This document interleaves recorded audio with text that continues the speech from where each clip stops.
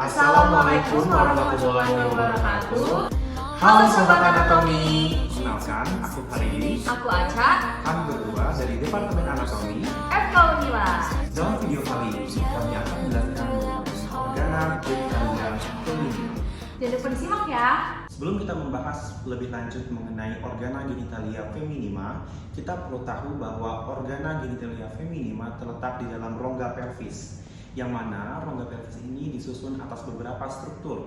Antara lain ada os coxae dextra et sinistra, os sacrum, dan juga os coccygeus di inferior os sacrum. Nah, os coxae tersebut terdiri atas 3 os, yang mana terdiri atas os ilium, os ischium, dan os pubis. Yang mana kedua dari os pubis, os coxae dextra et sinistra akan membentuk yang namanya symphysis pubis. Lalu os coxae dan os sacrum disambungkan oleh articulatio sacroiliaca. Oke Sobat Anatomi, setelah kita membahas mengenai kalkun pelvis, selanjutnya kita akan membahas mengenai organa genitalia feminima eksterna. Nah, jadi untuk organ genitalia wanita bagian eksterna itu adalah menjadi satu kesatuan, yaitu vulva. Nah, jadi kita akan membahas bagian dari paling superior ke bagian yang paling inferior. Nah, jadi untuk bagian paling superior ini terdapat mons pubis, teman-teman. Nah, jadi mons pubis ini adalah sebuah jaringan lemak yang berada di anterior dari symphysis pubis atau di bagian superior dari symphysis pubis. Nah, jadi jaringan lemak ini akan menebal pada saat pubertas dan akan semakin menipis pada saat menopause. Nah, mons pubis ini juga dikelilingi oleh rambut-rambut yang sifatnya itu agak ikal dan juga cukup lebat. Selanjutnya kita akan turun ke bagian inferior, yaitu di sini ada labium majus pudendi. Nah, labium majus pudendi ini nama lainnya itu adalah kan bibir ya. Nah, jadi labium majus pudendi ini memiliki fungsi untuk melindungi organ-organ di dalamnya, termasuk labium minus, termasuk juga vestibulum vaginae, dan juga organ genitalia interna yang lainnya. Nah, jadi untuk labium majus pudendi ini merupakan kelanjutan dari mons pubis sehingga masih memiliki struktur-struktur yang mirip. Seperti apa? Seperti jaringan lemak tipis dan juga terdapat rambut-rambut yang tumbuh di atasnya, seperti itu. Nah, selanjutnya kita ke bagian yang lebih profundanya lagi, yaitu adalah labium minus pudendi. Jadi labium minus pudendi ini apa sih perbedaannya dengan labium majus pudendi? Jadi untuk labium minus pudendi ini dia adalah jaringan yang tanpa lemak dan juga dia tidak berambut dan juga dia memiliki kaya akan vaskular ya. Jadi kaya akan pembuluh darah kecil. Selanjutnya kita memiliki organ erektil pada wanita yang disebut sebagai klitoridis. Nah, jadi klitoridis ini terdiri dari 3 bagian, yaitu adalah preputium klitoridis, yaitu adalah glans klitoridis, dan juga terdapat frenulum klitoridis. Jadi kalau untuk preputium klitoridis ini berhomolog dengan preputium yang ada pada penis. Nah, jadi glans klitoridis ini berhomolog juga dengan glans penis pada laki-laki. Selanjutnya terdapat frenulum klitoridis. Frenulum klitoridis adalah bagian klitoris yang menghubungkan antara klitoris dengan labia minora.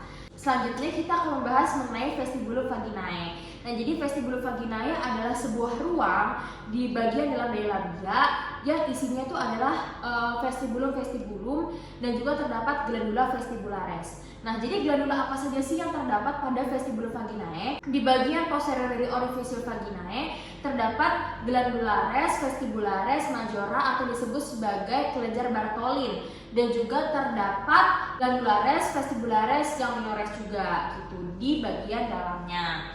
Oke Sobat Anatomi, setelah kita membahas mengenai organa genitalia feminima yang bagian eksterna, kita akan membahas mengenai organa genitalia feminima yang bagian internanya. Oke, jadi kita akan membahas dari bagian yang paling eksterna sampai ke bagian yang paling interna. Nah, jadi untuk yang bagian eksterna di sini ada vagina. Nah, jadi vagina ini adalah organ genitalia yang menghubungkan antara organa genitalia feminima yang bagian eksterna sama genitalia feminima yang bagian interna. Jadi memang pintunya gitu ya. Selanjutnya dia juga merupakan organ kopulasi gitu. Nah, selanjutnya si vagina ini akan membesar di bagian mendekati uterus dan akan membentuk sebuah fornix. Nah, jadi fornixnya ini ada yang bagian pars posterior, ada yang bagian pars anterior. Nah, selanjutnya setelah ketemu fornix, Nah, kita akan masuk ke bagian uterusnya. Jadi uterus ini adalah sebuah tempat perkembangan dari si janin pada saat sudah terjadi fertilisasi. Nah, selanjutnya di bagian uterus ini juga berperan penting dalam siklus menstruasi. Nah, jadi di uterus ini dimulai dari bagian cervix uteri. Nah, setelah masuk ke cervix uteri akan melanjut menjadi isthmus uteri, dan juga di sini ada bagian corpus uteri. Dan yang bagian paling atas ini adalah fundus uteri, yang tempat pemeriksaan pada kehamilan atau pada pemeriksaan Leopold juga bisa. Nah, selanjutnya kita akan membahas lapisan demi lapisan yang ada di bagian uterus. Lapisan demi lapisannya mulai dari yang paling profunda sampai ke paling superficial. Nah, jadi yang paling profunda di sini tuh ada namanya paling dalam itu ada endometrium. Nah, endometrium ini adalah sebuah lapisan yang sangat berhubungan sekali dengan siklus menstruasi. Endometrium ini adalah sebuah lapisan serosa tempat menempelnya hasil fertilisasi yang sudah terjadi pada tuba Fallopi atau tuba uteri. Nah, selanjutnya yang bagian tengah ini adalah myometrium. Jadi myometrium ini adalah lapisan otot polos yang isinya itu sangat kaya akan vaskularisasi dan juga pembuluh dan juga persarafan pada uterus. Seperti itu. Dan juga pada bagian myometrium ini nanti akan distensi penuh pada saat seorang wanita tuh hamil. Nah, selanjutnya yang paling luar ini adalah perimetrium. Perimetrium ini adalah lapisan terluar atau paling superficial yang dilapisi oleh perineum bagian visceral. Nah, itu sudah kita membahas mengenai uterus. Selanjutnya kita akan membahas mengenai tuba uterina atau tuba Fallopi. Jadi tuba uterina dan uterus ini adalah satu kesatuan yang disebut sebagai adnexa. Jadi tuba uterina ini memiliki 4 bagian, yaitu yang pertama adalah bagian isthmus atau bagian tersempit dari si tuba. Selanjutnya bagian ampula. Selanjutnya setelah bagian ampula itu adalah bagian infundibulum. Nah, jadi di bagian infundibulum ini ujungnya terdapat fimbre-fimbre yang fungsinya tuh untuk menangkap sebuah ovum. Nah, ovum yang telah dihasilkan oleh ovarium gitu. Nah, jadi tuba Fallopi atau tuba uterina ini juga tempat fertilisasi, ya, tempat terjadinya pertemuan antara sel ovum dan juga sel sperma yang nantinya akan dibawa ke uterus. Nah, sekarang kita akan membahas ke ovarium. Ovarium ini adalah disebut sebagai organ eksokrin dan juga organ endokrin. Kenapa disebut eksokrin? Karena ovarium ini menghasilkan sel telur, dan juga disebut sebagai organ endokrin dikarenakan menghasilkan hormon-hormon seperti hormon estrogen dan juga progesteron. Ovarium ini sangat berperan dalam kematangan ovum, dan juga di dalamnya terdapat proses pematangan dari sebuah folikel menjadi sebuah ovum yang matang. Selanjutnya apabila ovum sudah matang akan ditangkap oleh fimbre dan akan dibawa ke tuba Fallopi, yang nantinya apabila sel sperma membuahi akan bertemu pada bagian tuba Fallopi, lebih tepatnya pada bagian ampula, dan juga nanti akan dibawa ke bagian uterus dan terjadilah kehamilan. Setelah kita mempelajari mengenai organa genitalia feminima interna, ada beberapa korelasi klinis yang perlu kita ketahui, yaitu yang pertama adalah adanya kehamilan ektopik terganggu. Kehamilan ektopik terganggu merupakan kehamilan yang paling sering biasanya terjadi pada tuba uterina.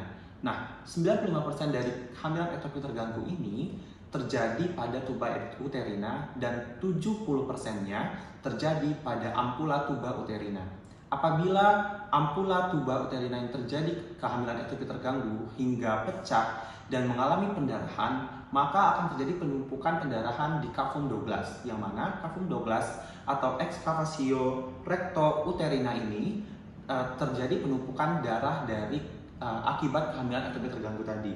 Selanjutnya kita akan membahas struktur mikroskopis dari salah satu organa genitalia feminima interna, yang mana biasanya ditemukan pada periode fungsional ovarium yang berbeda.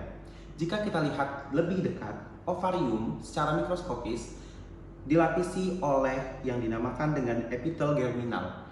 Kemudian epitel germinal ini berhubungan dengan mesotelium. Kemudian ovarium juga terdiri atas korteks dan medula. Di korteks terdapat banyak sekali folikel, kalau di medula terdapat banyak pembuluh darah, saraf, dan juga pembuluh limfe. Di korteks dari ovarium kita bisa lihat paling banyak ditemukan folikel primordial.